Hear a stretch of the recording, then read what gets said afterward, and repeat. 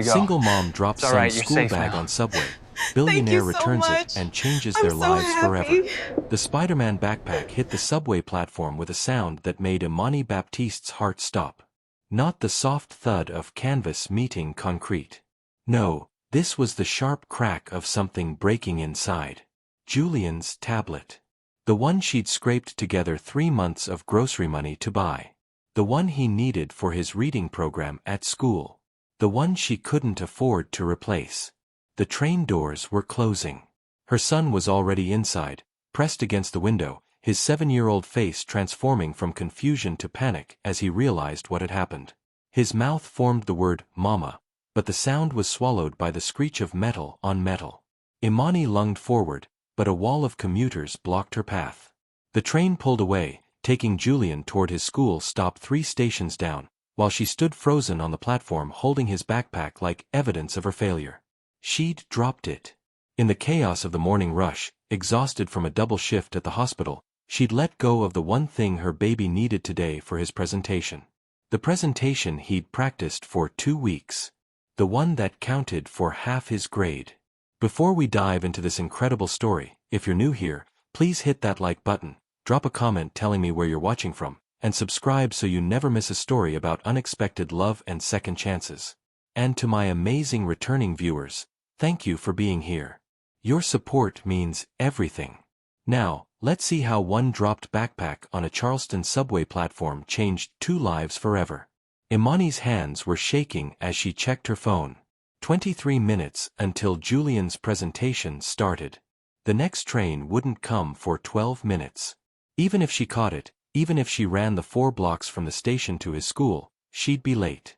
He'd be standing in front of his class with nothing. No tablet. No presentation. Just another reason for the other kids to whisper about the boy whose dad left, whose mom was always tired, who wore the same 3 shirts in rotation. The backpack felt heavier with each second. Inside, 1 cracked tablet, 2 PB&J sandwiches because they couldn't afford the school lunch program, a permission slip she'd forgotten to sign, and a drawing Julian had made of the 2 of them holding hands under a rainbow. The rainbow was crooked. He'd erased and redrawn it 5 times, trying to make it perfect. Her vision blurred. She would not cry on this platform. She'd cried enough in hospital bathroom stalls during her breaks, in her car before walking into the apartment, in the shower where Julian couldn't hear. She would not cry here. "Excuse me." The voice cut through her spiral. Deep. Concerned. Close enough that she could smell expensive cologne, something woody and warm that didn't belong in a subway station at 7:45 in the morning. She turned. The man standing 3 feet away looked like he'd stepped out of a magazine. Tall, maybe 6'2", with dark brown hair that fell perfectly despite the humid Charleston morning. Sharp jaw. Expensive charcoal suit that probably cost more than her monthly rent. Blue eyes that were currently focused on the backpack in her hands with an intensity that made her stomach flip for reasons she didn't have time to analyze. "Is that your son's?" He gestured to the backpack. She wanted to say something articulate. Instead, she heard herself whisper, "I dropped it." Rhodes Caldwell had exactly 17 minutes before his board meeting started. He'd planned this morning down to the second, 7:30 train, 8-minute ride to the financial district, 5-minute walk to Caldwell Technologies headquarters, 4 minutes to review the acquisition proposal that would expand his tech empire into 3 new markets. What he had not planned for was the woman on the platform looking like her world had just shattered over a Spider-Man backpack. He should have kept walking. He had 87 employees depending on this meeting, a deal worth $43 million that required his signature, and a reputation for being exactly where he needed to be, exactly when he needed to be there. But something about the way she was standing, perfectly still in the chaos of the morning rush, holding that backpack like it contained the last piece of something precious, made him stop. "I dropped it," she said again, and her voice cracked on the last word. "The train took him and I dropped it." Her son. The backpack belonged to her son, and he was on a train without it, and she was here, and Rhodes didn't need an advanced degree from MIT to understand what that meant to a mother. His own mother had been a single parent. After his father died when Rhodes was 24, She'd raised his younger sister alone while Rhodes built his first company from his college dorm room. He remembered the weight she'd carried, the exhaustion that never quite left her eyes, the way she'd apologize for things that weren't her fault. This woman had that same exhaustion carved into the edges of her brown eyes. Which school?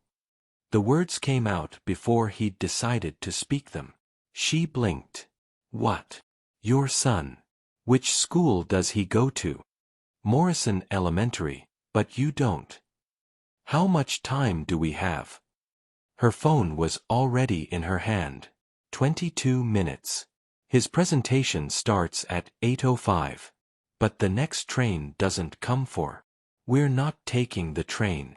Rhodes was already moving, one hand pulling out his phone, the other gently guiding her toward the stairs. My car's 2 blocks from here. I can't. I don't even know you. She had a point. A very logical point that any reasonable person should follow. Don't get in cars with strangers. Don't trust men in expensive suits who appear out of nowhere with solutions. Don't believe in fairy tales on subway platforms. But Rhodes Caldwell hadn't built a billion-dollar company by being reasonable. He'd built it by recognizing opportunities that others missed and acting decisively before anyone else could. This wasn't business, though. This was something else entirely. Rhodes Caldwell. He stopped at the top of the stairs, extended his hand. CEO of Caldwell Technologies. You can Google me right now if you want. I've got about 10,000 articles written about me, half of them calling me a genius and half calling me ruthless. None of them will tell you I've ever hurt anyone. I just want to help you get your son's backpack to him before his presentation. She stared at his hand like it might disappear if she blinked. Then, slowly, she shifted the backpack to her other arm and shook it.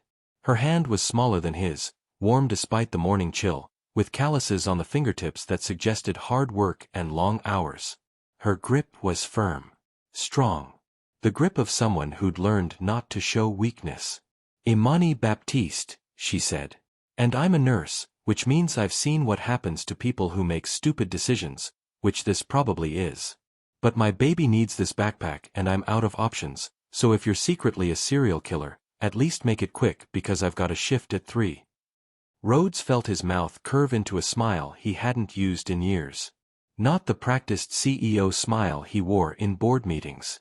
Not the charming smile he deployed at fundraiser galas.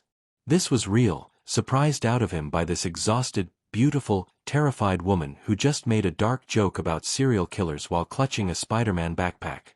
Not a serial killer, he promised. Just a guy who knows what it's like to need help and not want to ask for it. 21 minutes until the presentation.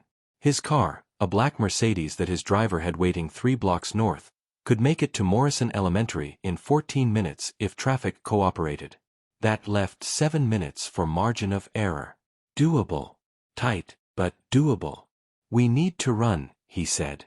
Imani looked down at her shoes, practical sneakers, worn but clean, then back up at him. Something shifted in her expression. A decision being made. A risk being calculated and accepted. Then let's run. They ran. The Mercedes smelled like leather and money. Imani had never been in a car this nice. The seats adjusted automatically when she sat down, conforming to her body like they'd been waiting specifically for her. The dashboard looked like something from a spaceship, all sleek screens and subtle blue lighting. Even the air felt expensive, cool, and perfectly filtered. Rhodes slid in beside her, already speaking to someone on his phone. Martin, cancel the 8 o'clock. Reschedule for 10. No, I don't care if Davidson flies back to New York. He'll wait, or he'll lose the deal. He ended the call without waiting for a response. The driver, an older black man with silver hair and kind eyes, glanced back through the rearview mirror. Morrison Elementary, Mr. Caldwell? As fast as legally possible, James. We've got 19 minutes. James pulled into traffic with the smooth efficiency of someone who'd been driving these streets for decades. Might be cutting it close with the school zone traffic, but I'll do my best. Imani clutched the backpack tighter. Her hands wouldn't stop shaking. You didn't have to do this. Cancel your meeting. I mean, thank you, but the meeting can wait. Rhodes was typing something on his phone, those blue eyes focused with laser intensity on whatever message he was crafting. Your son's presentation can't. You don't even know us. I know enough. He looked up, and the intensity shifted to something softer. I know you're a nurse who works double shifts. I know you saved for 3 months to buy your son a tablet. I know you made him PB&J sandwiches because school lunch costs money you'd rather spend elsewhere. And I know you dropped his backpack because you were exhausted from taking care of other people all night, and now you're terrified he'll think you let him down. Imani's throat tightened. You got all that from 2 minutes on a subway platform? I'm good at reading situations. It's how I built my company. He set his phone down. My mom was a single parent. After my dad died, she worked 3 jobs to keep me and my sister fed. I watched her choose between groceries and school supplies. I watched her apologize for things that weren't her fault. I watched her carry weight that should have been shared. There was something in his voice, not pity, but recognition. Like he'd lived in the same house she was living in now, just 20 years earlier. What happened to her? Imani asked. She's retired now. Living in a house I bought her in Savannah, spending her days gardening and spoiling my sister's kids. His smile was genuine. She still apologizes for asking me for anything, even though I'm worth about $3 billion. Old habits are hard to break. $3 billion. Imani tried to process that number and failed. She made $42,000 a year. Before taxes. She couldn't imagine what $3 billion looked like in practice. James navigated through downtown Charleston with practiced ease, avoiding the worst of the traffic by taking side streets most tourists never saw. Historic buildings blurred past the windows, the kind of architecture that made Charleston famous, all that southern charm and carefully preserved history. Imani had lived here her whole life and still sometimes felt like a tourist in the wealthy parts of town. The hospital where she worked sat on the border between old money and struggling neighborhoods. She saw both worlds every day, patients in Rolex watches alongside patients who hadn't eaten in 2 days. How old is Julian? Rhodes asked. 7. He just turned 7 in March.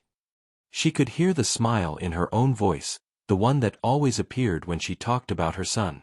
He's reading at a 5th grade level. Wants to be a marine biologist when he grows up, which is funny because we live 2 hours from the ocean and he's only seen it 3 times. But he checks out every book the library has about sea creatures and watches documentaries on my phone. Smart kid. Too smart for his own good sometimes. He asks questions I don't know how to answer. Like why his father left. Like why they couldn't afford the field trip to the aquarium. Like why his mom cried in the shower when she thought he was asleep. Rhodes's phone buzzed. He glanced at it, then silenced it without reading the message. What's his presentation about?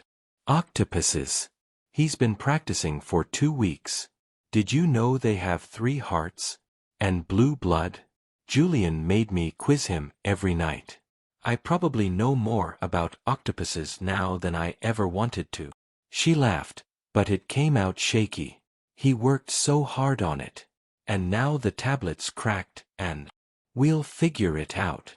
Rhodes's voice held absolute certainty. Even if the tablet's broken, we'll figure something out. He's not doing this presentation without his materials. 15 minutes until 8:05. They were 12 minutes from the school according to the GPS, which meant they'd arrive with 3 minutes to spare.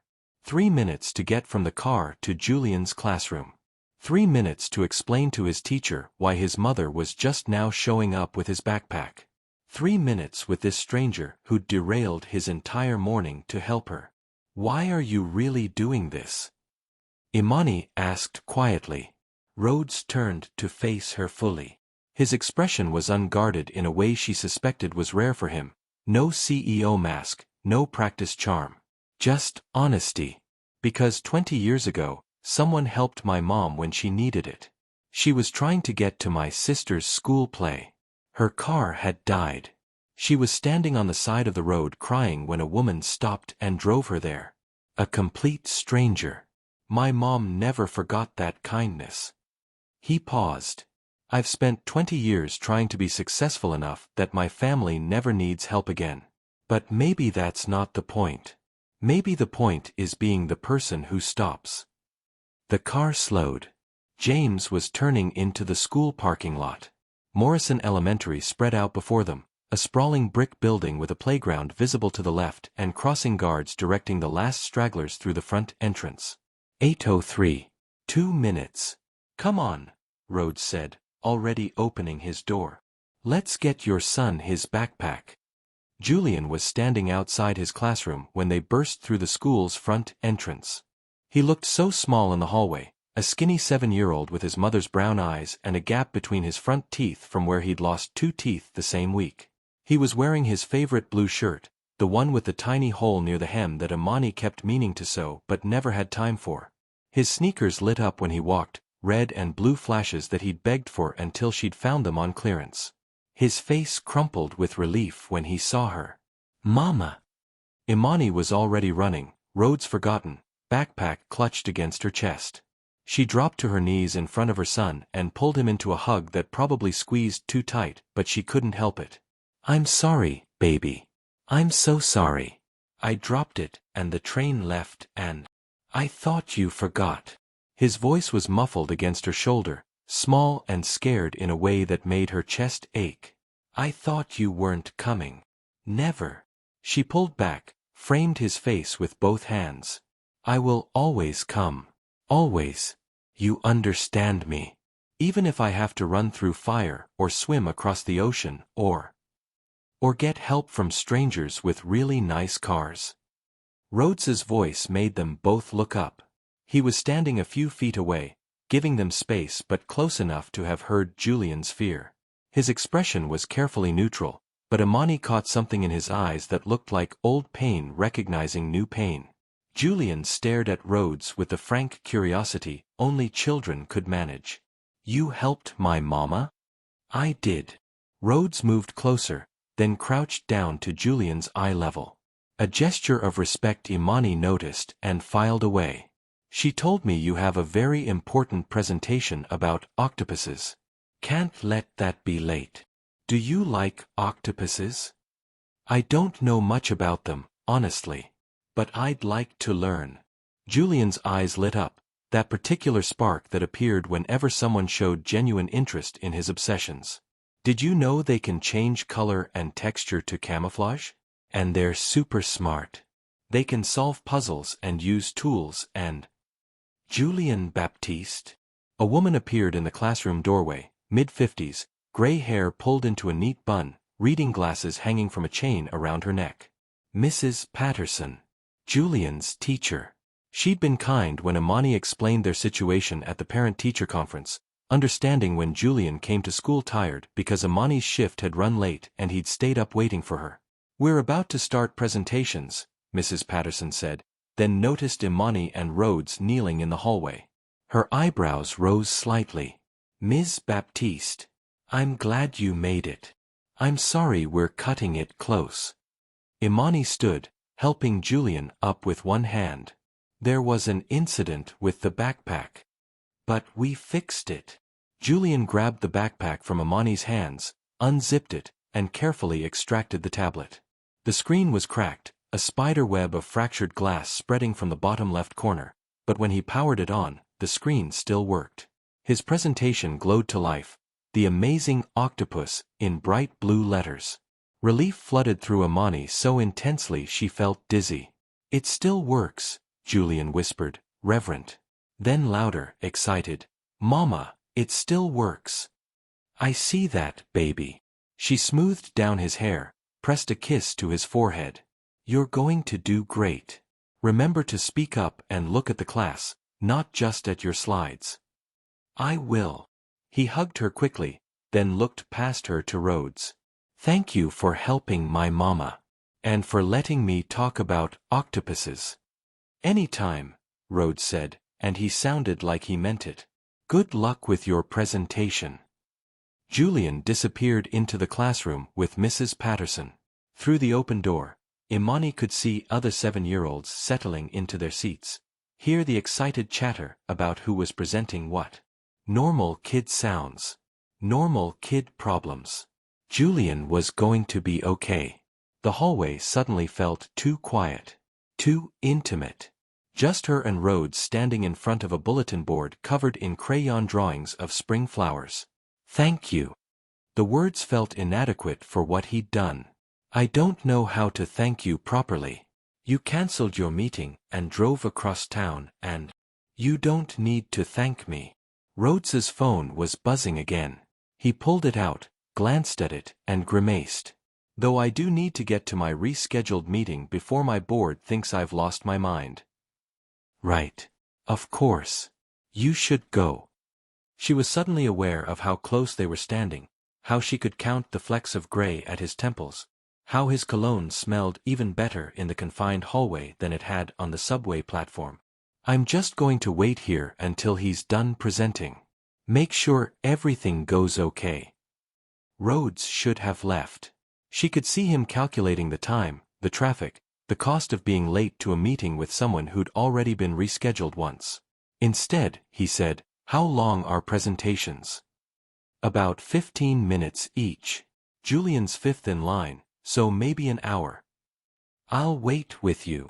You'll... What? I'll wait. He was already typing something on his phone. James can circle the block. I've already blown off one meeting. What's another hour? Rhodes, you don't have to. I know. He looked up from his phone, and his smile was the real one again. The one that made her stomach flip. I want to. I've never actually seen an octopus presentation. Sounds educational. Mrs. Patterson appeared in the doorway again. Ms. Baptiste? There are parent chairs in the back if you'd like to watch. Both of you, she added, eyeing Rhodes with interest that made Imani's cheeks warm. They were ushered into the classroom and directed to 2 child-sized chairs in the back corner. Rhodes folded his 6'2" frame into a seat designed for 7-year-olds with a grace that shouldn't have been possible. Their knees touched. Neither of them moved away. The first presenter, a girl named Sophie, started talking about butterflies. Imani tried to focus, but she was hyper-aware of Rhodes beside her. This stranger who'd rearranged his entire morning. This billionaire sitting in a plastic chair meant for children, watching a presentation about monarch migration patterns with the same attention he probably gave board meetings. You really didn't have to stay, she whispered. I know, he whispered back. But I want to see if Julian's right about octopuses being smarter than dolphins. They're not. Are you sure? Because Julian seemed very convinced. He's 7. 7-year-olds are often right about important things. Imani found herself smiling. Actually smiling. For the first time in hours, maybe days, the knot in her chest loosened. Julian was 4th now. 3 more presentations until his turn. She could see him in the front row, organizing his note cards one more time, moving his lips as he practiced his opening line. Rhodes's knee was still touching hers.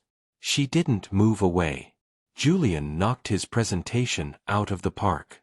Imani watched her son stand in front of his classmates, small but confident, voice clear and strong, and felt her heart swell so large it hurt. He'd practiced the opening line 20 times last night. Did you know that octopuses have been on Earth for over 300 million years? That's longer than dinosaurs. The other kids gasped on cue. Sophie leaned forward in her seat. Even Mrs. Patterson looked impressed. But it was Rhodes's reaction that Imani kept noticing. He was leaning forward slightly, elbows on his knees, completely focused. When Julian talked about octopuses having 3 hearts, Rhodes whispered, 3 hearts. That's incredible. When Julian explained how octopuses could squeeze through any opening larger than their beak, Rhodes shook his head in amazement. He wasn't humoring a child. He was genuinely interested. Julian clicked to his final slide, a drawing he'd made of a giant Pacific octopus surrounded by facts written in his careful 7-year-old handwriting. Octopuses are amazing creatures, he concluded. They're smart, adaptable, and survivors. Just like my mama. Imani's breath caught. Julian had added that last line. She'd heard him practice this presentation a dozen times, but that ending was new. He looked back at her, his gap-toothed smile bright and proud, and suddenly she understood. He'd been scared she wouldn't come. So he'd made sure she knew that he saw her, saw how hard she worked, saw her strength even when she felt weak. The classroom erupted in applause. Mrs. Patterson was beaming. Julian took a small bow, something he'd seen in a YouTube video, and returned to his seat with his cheeks flushed pink. Imani was crying. She didn't realize it until Rhodes handed her a handkerchief. Actual cloth, monogrammed with his initials. Who carried cloth handkerchiefs anymore? Thank you, she whispered, dabbing at her eyes. He's remarkable, Rhodes said quietly. You should be proud. I am. Every single day. She folded the handkerchief carefully. Even on the days when I'm too tired to show it properly. They stayed through the rest of the presentations. A boy named Marcus talked about trucks. A girl named Aisha presented on butterflies, different butterflies than Sophie, which led to a spirited debate about which butterfly was prettiest. Mrs. Patterson mediated with the patience of someone who'd taught second grade for 30 years. When the presentations ended, Mrs. Patterson dismissed the class for recess. Kids streamed past Imani and Rhodes toward the playground, their voices rising in excited chatter about whose presentation was best. Julian hung back, clutching his tablet like a trophy. Did I do good, Mama? You did perfect, baby. She pulled him into another hug. I'm so proud of you, Mr. Rhodes. Julian looked up at Rhodes with those serious brown eyes. Did you learn about octopuses? I learned they're way smarter than I thought. And that they'd make terrible pets because they can escape from basically anything. Julian giggled. Mrs. Patterson says we can't have class pets anymore because someone let the hamster out last year and it took 3 days to find him. Sounds like an octopus would have been gone in 3 minutes. 3 seconds, Julian corrected, grinning. Then his expression turned thoughtful. Are you Mama's friend? The question hung in the air like a challenge. Imani felt her face heat. Julian, Mr. Caldwell just helped us this morning. I'd like to be, Rhodes said, cutting her off gently. He was looking at Julian, not her. If that's okay with you and your mama. Julian considered this with the gravity of a Supreme Court justice. Do you like PB&J sandwiches? They're my favorite. Mama makes the best ones. She cuts the crusts off and cuts them into triangles. He leaned closer, conspiratorial. Triangles taste better than squares. That's a scientific fact. I'll remember that. Mrs. Patterson called Julian's name from the doorway. Recess time, sweetheart. Your mama and her friend can wait here if they'd like to say goodbye before lunch. Julian hugged Imani one more time, whispered, "Thank you for coming," and then ran off to join his classmates on the playground. Through the window, she could see him already telling a group of boys about his presentation, his hands moving in animated octopus impressions. The classroom felt empty without the chaos of 7-year-olds. Just her and Rhodes and Mrs. Patterson organizing papers at her desk. He's wonderful, Rhodes said. Really? You're raising an incredible kid. I'm trying. Imani handed back his handkerchief. And thank you. For everything. For the ride, for staying, for listening to him talk about octopuses. You didn't have to do any of that. I wanted to. He took the handkerchief but didn't put it away. Just held it, like he was considering something. Can I ask you something? Sure. Are you working today? You mentioned a 3 o'clock shift. 3 to 11. Then I'm back tomorrow at 7 a.m. She tried not to sound as exhausted as she felt. Double back-to-back. It's fine. I'm used to it. When do you sleep? The question was too gentle, too knowing. She felt her defenses rising automatically. I manage. That's not what I asked. I sleep when Julian sleeps. Which is enough. Rhodes studied her face for a long moment. She had the uncomfortable feeling he was seeing past all her careful walls, past the "I'm fine" she told everyone, straight down to the bone-deep exhaustion she carried like a second skeleton. Have you eaten today? He asked. I had coffee. That's not food. It's fine. Let me buy you lunch. The words came out fast, like he'd been holding them back. Please. You have, he checked his watch, a slim expensive thing that probably cost more than her car. 4 hours before your shift. Let me buy you lunch. Real food. Not coffee. Imani wanted to say no. Should say no. This was already too much, the ride, the meeting cancellation, the presentation attendance.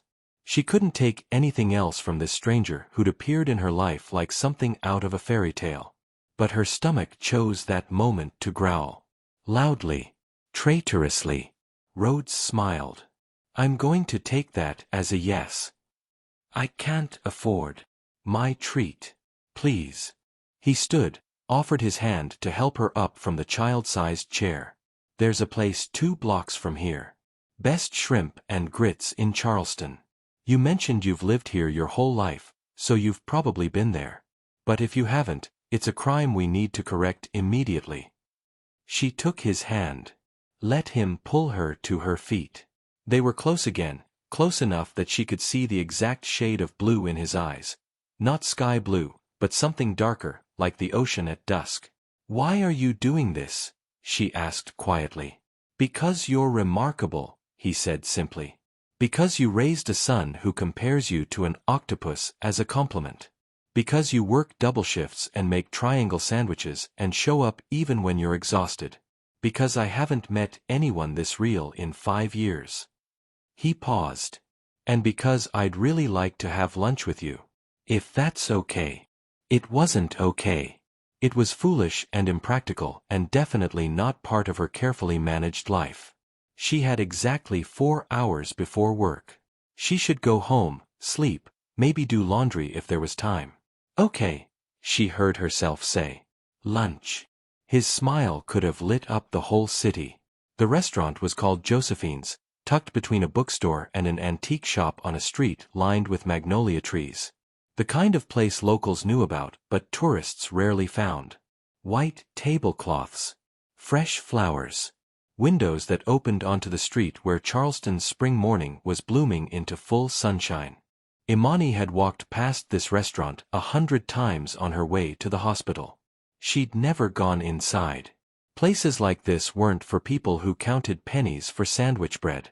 But Rhodes held the door open like it was the most natural thing in the world, and suddenly she was inside, breathing air that smelled like butter and andouille and home. Mr. Caldwell. A woman emerged from the kitchen, 60-something, silver hair in an elegant twist, apron over a dress that looked vintage and expensive. Her whole face lit up when she saw Rhodes. I haven't seen you in months. Don't tell me you've been eating at those fancy downtown places.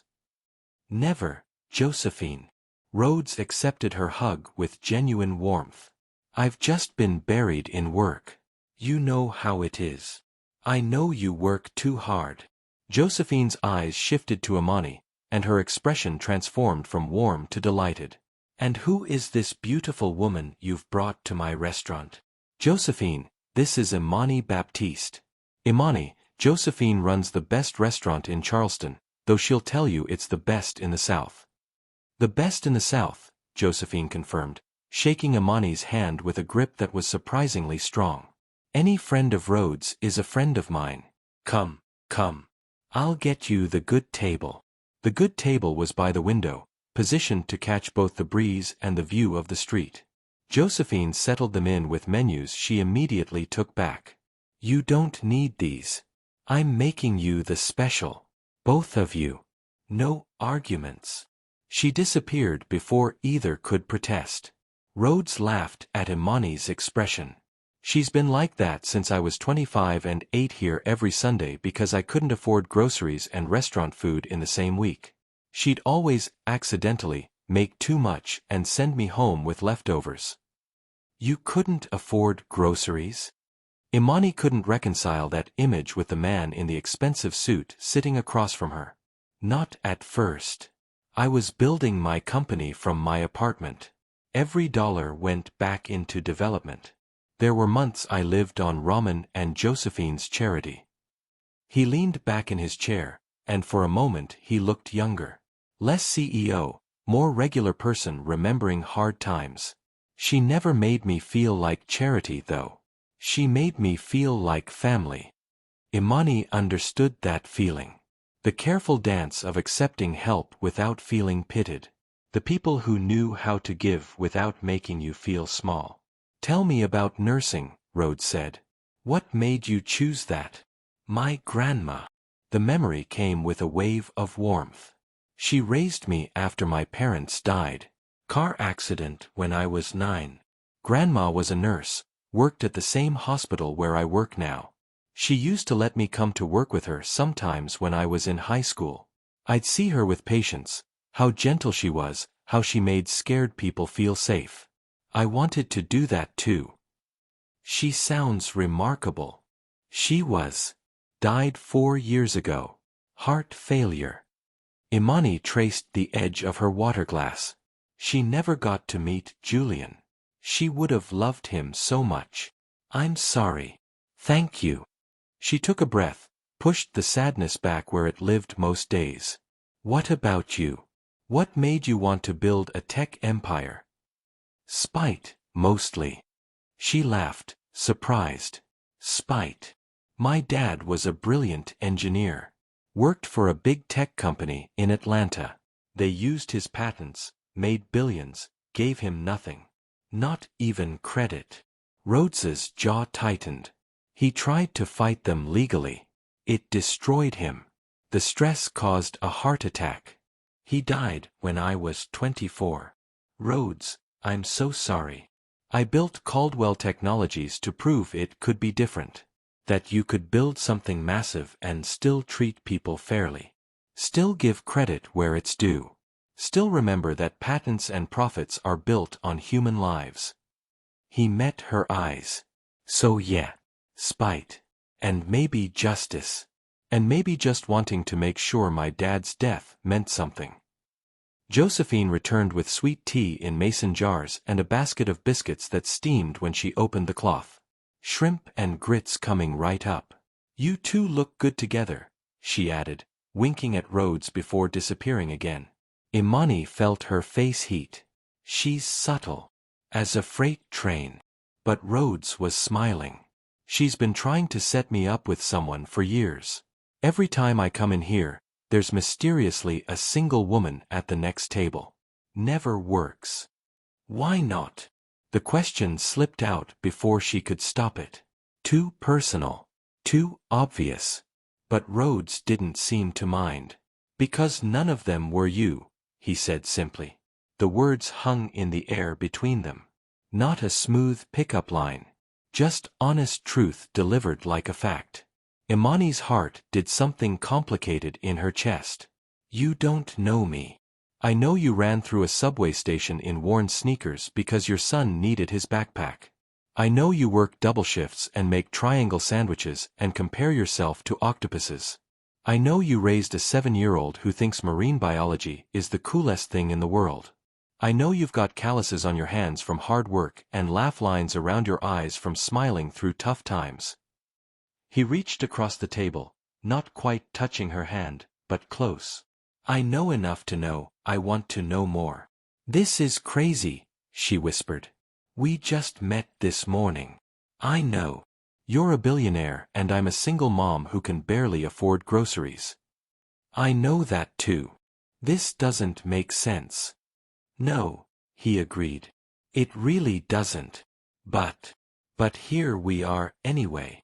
His hand moved closer, his pinky finger brushing against hers. The touch was electric. And I haven't stopped thinking about you since you turned around on that platform. And I don't want this to end with lunch. Imani's phone buzzed. Reality intruding. She glanced at it, a text from Celeste, her friend and Julian's occasional babysitter. How'd it go? Did he nail the presentation? I need to text my friend back, she said. She watches Julian sometimes. She'll worry. Of course. While Imani typed a quick response, he was perfect. Tell you later. Josephine arrived with 2 plates that looked like art. Shrimp and grits, but elevated. The kind of food that tasted like someone's grandmother's recipe, and a 5-star restaurant had a baby. The first bite made Imani close her eyes. Oh my God. Right. Rhodes was watching her reaction with obvious pleasure. This is why I've never moved away from Charleston. This food is worth staying for. They ate in comfortable silence for a few minutes. The restaurant was filling up with the late breakfast crowd, other locals who knew about Josephine's cooking. Through the window, Imani watched Charleston wake up fully. Tourists with maps, businesspeople on phones, a teenager walking a dog that looked bigger than she was. Can I ask you something? Rhodes set down his fork. And you can tell me it's none of my business. Okay. Julian's father. Is he in the picture? Imani had known this question would come eventually. It always did. No. He left when Julian was 2. Said he wasn't ready to be a father, that he'd made a mistake, that he needed to find himself. The bitterness in her voice surprised even her. He found himself in California with a new girlfriend. And a fresh start. Signed away his parental rights. Hasn't contacted us since. He's an idiot. Yes. She took another bite of shrimp and grits, used the time to compose herself. But he did me a favor, honestly. Better to know early that he wasn't going to stay. Better than years of broken promises. You deserve better than that. I know. Julian deserves better than that. She met Rhodes's eyes. Which is why I'm very careful about who I let into his life. He got attached to his father. Loved him. And then that man just walked away. I won't let Julian go through that again. I understand. Rhodes nodded slowly. And I respect that. Julian's lucky to have a mom who protects him like that. So if this, she gestured between them, whatever this is, if it's just a day where you did something nice and bought me lunch and then we go back to our separate lives, I need to know that now.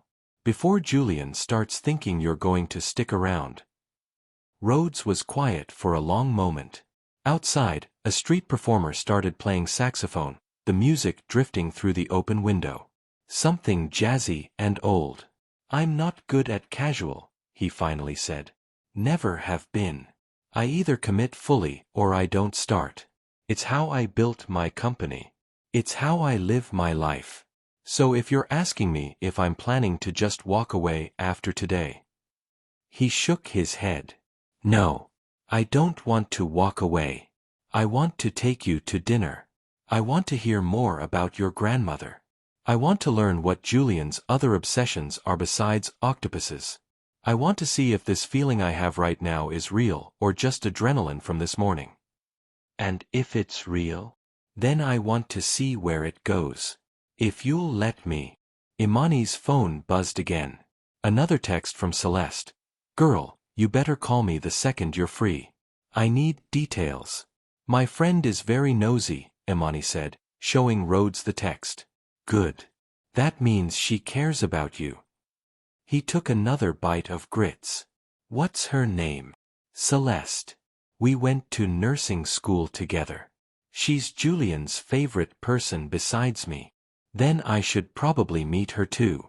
If we're doing this. Are we doing this? Rhodes smiled. I really hope so. They talked through lunch and into mid-morning. Josephine kept refilling their sweet tea and pretending she wasn't eavesdropping while obviously eavesdropping. By the time Imani checked her phone again, it was 11:30. I need to go home, she said, reluctant. Shower, change into scrubs, maybe sleep for an hour before my shift. Let me drive you.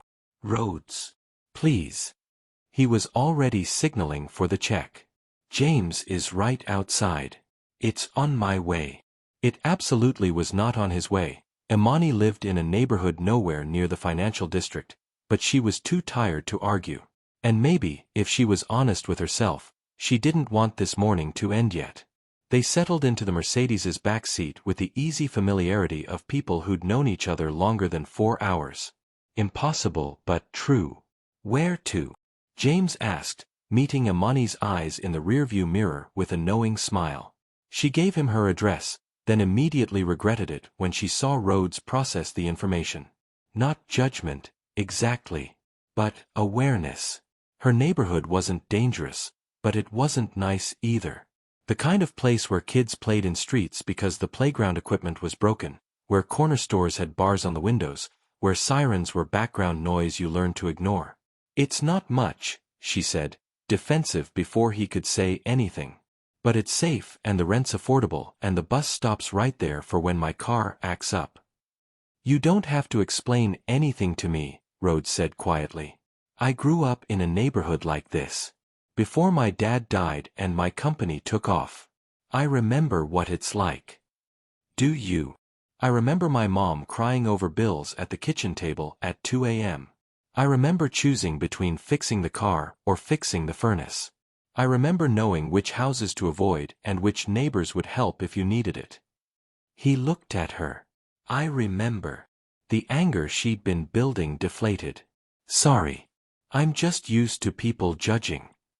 I'm not people. No. He really wasn't. They drove through Charleston as the city shifted from historic downtown to working-class neighborhoods. The change was gradual but unmistakable. Architecture got simpler, cars got older, buildings needed more paint. James navigated it all with the same calm efficiency he'd shown all morning. Imani's apartment complex came into view, a 2-story brick building that had been nice in the 70s and was now just holding on. Her unit was on the 2nd floor, number 2B. She could see Mrs. Chen on the 1st-floor balcony watering her plants like she did every morning, rain or shine. This is me, Imani said as James pulled into the parking lot. Rhodes was already out of the car, opening her door before she could reach for the handle. Old-fashioned manners that should have felt patronizing but somehow didn't. Thank you, she said. For everything. The ride this morning, lunch, being kind to Julian. You didn't have to do any of that. I know. He smiled, but it was different now. More serious. Can I see you again? Dinner tomorrow. I work tomorrow. 7 a.m. to 3 p.m., then I have to pick up Julian from after-school care and... Friday then. Let me take you to dinner Friday night. Somewhere nice. I'll pick you up at 7. Rhodes, I have a 7-year-old. I can't just go out to dinner. So bring him. The suggestion came without hesitation. We'll go somewhere kid-friendly. Julian can tell me more about octopuses. I've got a lot of questions about the 3 hearts thing. Imani wanted to say no. Wanted to keep this morning contained, special but separate from her real life. Wanted to protect Julian from getting attached to someone who might disappear. But looking at Rhodes's face, open, hopeful, genuine, she couldn't make herself lie. Okay, she heard herself say. Friday. But somewhere casual. Julian doesn't do well with fancy restaurants. Deal. Rhodes's smile could have powered the whole city. I'll text you details. You still have my number from this morning. She'd forgotten about that. While they were waiting for Julian's presentation to start, Rhodes had insisted on exchanging numbers in case of emergencies. She'd thought it was just politeness. Apparently not. I have it, she confirmed. Good. He looked like he wanted to say something else.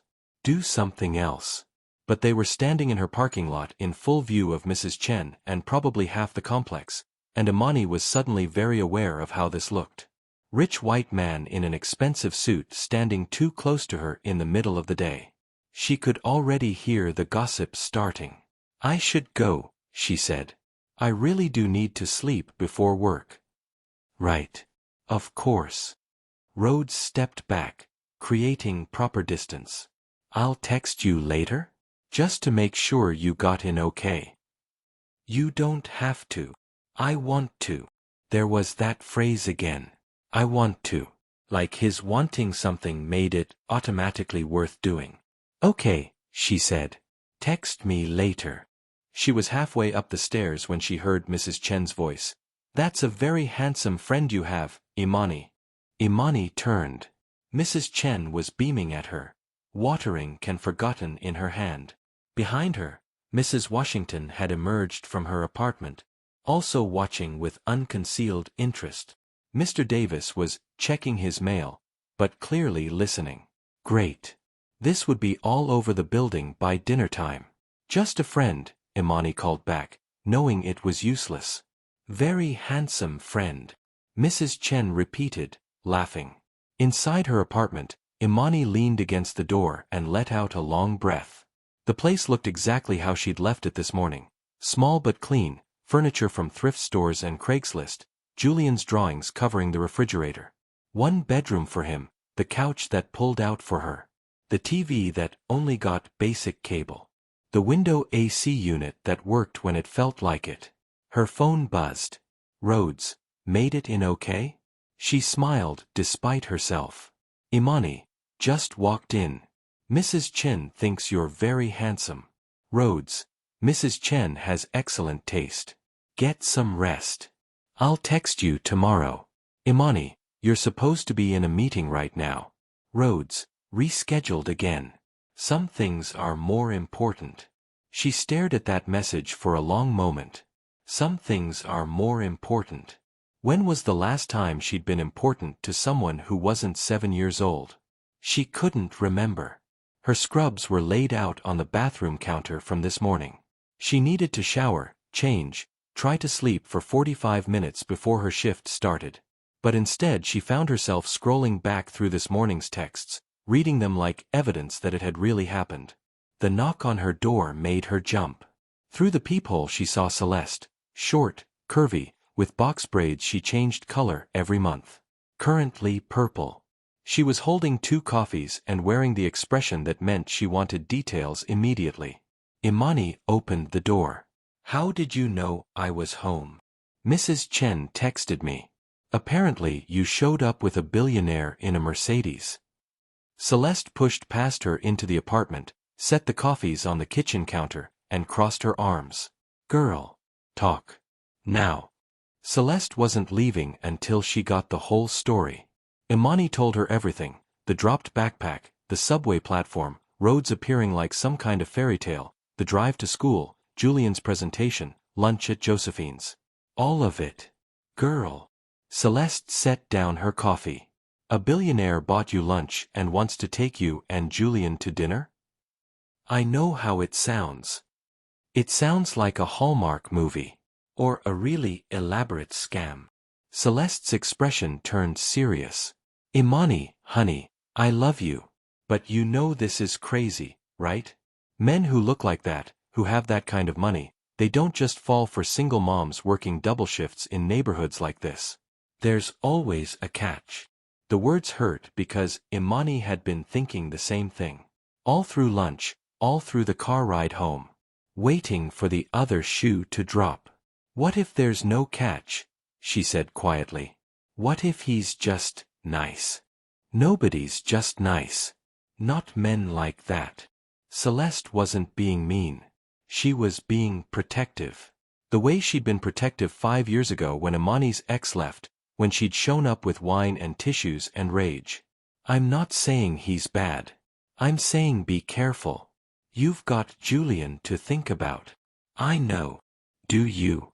Because that boy already lost one father. If he gets attached to this Rhodes guy and then Rhodes decides playing house with a poor single mom isn't as fun as he thought. I know, Imani repeated, harder. You think I haven't thought about that? You think I'm not terrified of exactly that? Celeste's expression softened. I'm sorry. I'm not trying to be the bad guy here. I just don't want to see you hurt. Either of you. I'm being careful. Are you?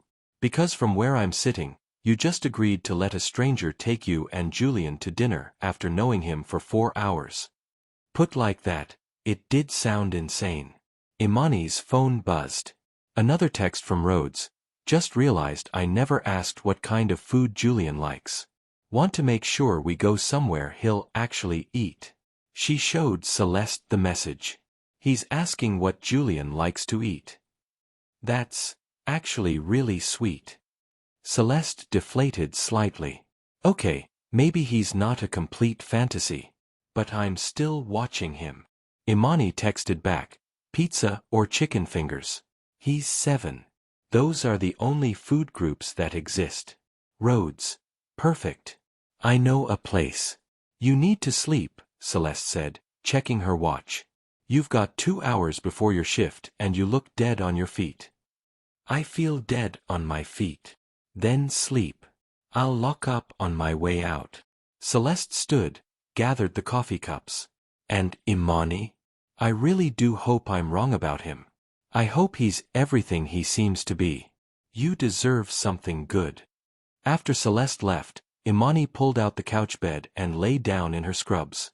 She should shower. Should eat something. Should do laundry or dishes or any of the 100 things that needed doing. Instead, she closed her eyes and saw Rhodes's face. The way he'd smiled at Julian. The way he'd listened to the presentation like it mattered. The way he'd said, none of them were you, like it was simple truth. She was asleep in seconds. She dreamed of subway platforms and dropped backpacks, but in the dream, Rhodes caught it before it hit the ground. In the dream, everything worked out perfectly. Her alarm woke her 90 minutes later. Time to get back to reality. The hospital was chaos from the moment Imani walked in. A multi-car accident on the interstate meant the ER was overflowing. She didn't have time to think about billionaires or Friday dinners or the way Rhodes's hand had almost touched hers at lunch. She had patience. Responsibilities. A job that required all her focus. But during her dinner break at 7 p.m., she checked her phone and found 3 texts from Rhodes. Rhodes, how's your shift going? Rhodes, sorry, that's probably a stupid question. Hospital shifts are probably always intense. Rhodes, just wanted to say I haven't stopped thinking about today. About you. Her hands were still shaking slightly from the adrenaline of the last 4 hours. A child had come in with a head injury. Touch and go for 20 minutes until they stabilized him. His mother had held Imani's hand and cried, and Imani had held it together until she got to the break room. Now, reading Rhodes's texts, she felt something loosen in her chest. Imani, shifts intense. But good. Saved a kid's life, so that's a win. His response came immediately. Rhodes, you're incredible. Truly. Imani, just doing my job. Rhodes, no. You're saving lives while I'm sitting in board meetings arguing about profit margins. What you do matters. Real people, real difference. She stared at that message. When was the last time someone had said her job mattered? Really mattered, not just, oh that's nice, politeness. Even her ex, when they were together, had treated her nursing like a hobby. Something cute she did while he built his real career. Imani, thank you. That means a lot. Rhodes, I mean it. And I can't wait for Friday. 2 more days feels too long. 2 more days. 2 more days until she let him into her life, into Julian's life, into the careful balance she'd built. Celeste's warning echoed, there's always a catch. But what if there wasn't? What if sometimes, on random Tuesday mornings, strangers appeared on subway platforms and changed your life? What if fairy tales happened to exhausted single moms in worn sneakers? Her break was over. She had 6 more patients to check on, medication to distribute, charts to update. No time for fairy tales. But she found herself smiling anyway. Friday came faster than Imani expected. Thursday had been another double shift, 7 a.m. to 3 p.m., then covering for Maria who had the flu, working until 11 p.m. She'd picked up Julian from after-school care 30 minutes late, paying the late fee she couldn't afford because Maria needed the help and Imani couldn't say no. Julian had fallen asleep in the car on the way home, and she'd carried all 52 pounds of him up the stairs to their apartment. Mrs. Chen had intercepted her at the landing. Your handsome friend, she'd said, eyes twinkling. He came by Wednesday afternoon. Brought you flowers. I told him you were at work, so he left them with me. Mrs. Chen had produced a bouquet that probably cost more than Imani's monthly grocery budget. White roses and something purple she didn't recognize. A card tucked inside, for the woman who saves lives and raises remarkable sons. Imani had cried in her apartment that night. Exhausted, overwhelmed tears that Julian didn't see because he was already asleep in his room. Now it was Friday at 5:30 p.m. She had 90 minutes to get herself and Julian ready for dinner with a billionaire. She was panicking. Mama, why are you trying on everything you own? Julian was sitting on her pulled-out couch bed, watching her throw clothes around with the serious concern only 7-year-olds could manage. Because I don't know what to wear. She held up a blue dress, the one she wore to job interviews and funerals. Too formal. Then a pair of jeans with a nice top. Too casual. Maybe not. She had no idea what one wore to dinner with a billionaire who'd insisted on somewhere kid-friendly. Just wear what you always wear, Julian suggested helpfully. You look pretty in everything. Her heart squeezed. You're biased. What's biased? It means you think I'm pretty because you're my son and you love me. Oh. Julian considered this. Is Mr. Rhodes biased too? Imani froze with a green shirt halfway over her head. What? He looks at you the way you look at chocolate cake. Like you're the best thing he's ever seen. She pulled the shirt on fully, turned to face her son. When did you get so smart? I'm 7. I'm super smart. He grinned, showing that gap in his teeth. Are you gonna marry him? Julian. Because I think you should. He's nice. And he likes octopuses. And he has a really cool car. Baby, we just met him. People don't marry people they just met. Why not? If you like someone and they like you and they're nice and they make you smile like you've been smiling this week, why can't you marry them? 7-year-old logic was simultaneously simple and impossible to argue with. It's more complicated than that, Imani said, abandoning the clothes to sit beside Julian on the couch. Mr. Rhodes and I are very different. He has a lot of money and I don't. He lives in a big house and we live here. He runs a giant company and I'm a nurse. Sometimes those differences matter. Do they matter to him? I don't know yet. Do they matter to you? She looked at her son, this wise, wonderful little person she'd somehow raised, and realized she didn't have a good answer. Did the differences matter to her? Or was she just scared? Scared of hoping, scared of trusting, scared of the catastrophic failure that came when you let someone in and they left. I don't want you to get hurt, she said finally. If Mr. Rhodes decides this isn't what he wants, if he stops coming around, I don't want you to be sad. Julian was quiet for a moment. Then, Mama, remember when we went to the aquarium last year? And I really wanted to touch the stingrays but I was scared. I remember. And you said sometimes the best things are a little scary. And I touched the stingray and it was so cool and I wasn't scared anymore. Imani blinked back tears. You remember that? You say smart things. He hugged her. Maybe Mr. Rhodes is like a stingray. Scary but cool. Did you just compare a billionaire to a stingray? Is that bad? No, baby. That's perfect. Her phone buzzed. Rhodes, on my way. Should be there in 15 minutes. 15 minutes. She was wearing the green shirt and her good jeans. Julian was in his Spider-Man shirt, clean, no holes, and the jeans that weren't too short yet. Her hair was pulled back in a bun because she didn't have time to do anything else with it. She looked tired because she was tired. But Julian was right. Sometimes the best things were a little scary. And Rhodes had brought her flowers while she was at work.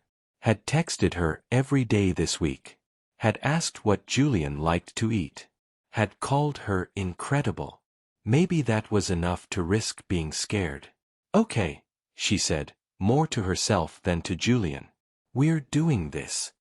Does that mean I can get dessert at dinner? Don't push your luck, kid. He laughed, and the sound filled their small apartment with something that felt dangerously close to hope.